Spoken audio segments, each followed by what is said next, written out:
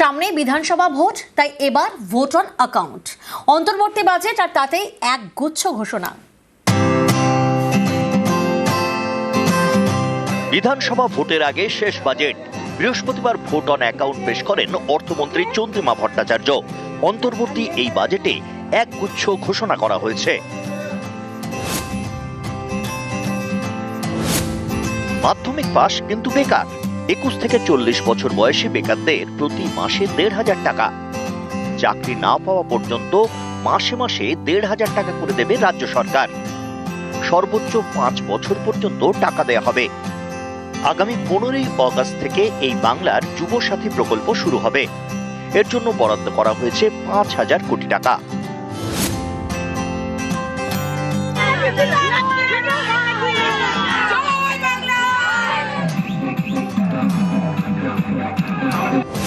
ফেব্রুয়ারি থেকে লক্ষ্মীর ভান্ডার প্রকল্পে মিলবে আরো 500 টাকা করে। অর্থাৎ মাসে মাসে লক্ষ্মীর ভান্ডারের টাকা 1000 থেকে বেড়ে হলো 1,500। এর জন্য বছরে রাজ্য সরকারের খরচ হবে অতিরিক্ত 15,000 কোটি টাকা। উপকৃত হবেন 2,42,00,000 মহিলা। তো উল্লাস, কারণ আমাদের লক্ষ্মী ভান্ডারের টাকা বেড়েছে। এই টাকা আমরা সংসারের জন্য কিছু খরচা করতে পারছি এবং ছেলে মেয়েদের মুখে হাসি ফোটাতে পারছি। এই জন্য দিদিকে আমরা ধন্যবাদ জানাচ্ছি। এবারের বাজেটে 4% হারে আরো এক কিস্তি দিয়ে দেওয়ার ঘোষণা করা হয়েছে। বাজেটে আশা কর্মীদেরও টাকা বাড়ানো হয়েছে। আগে আশা কর্মীরা মাসে পেতেন 5,000 টাকা, এবার তা বেড়ে হলো 6,000 টাকা।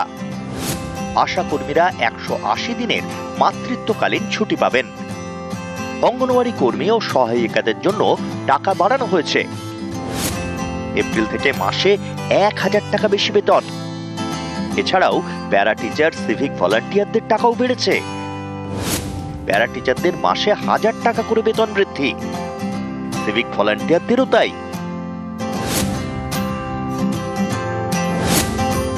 এদিনের বাজেটে ঘোষণা করা হয়েছে স্বাস্থ্য সাথী সহ রাজ্যের সমস্ত সামাজিক সুরক্ষা প্রকল্পের আওতায় এবার গিগ কর্মীরাও। নিউজ 18 বাংলা।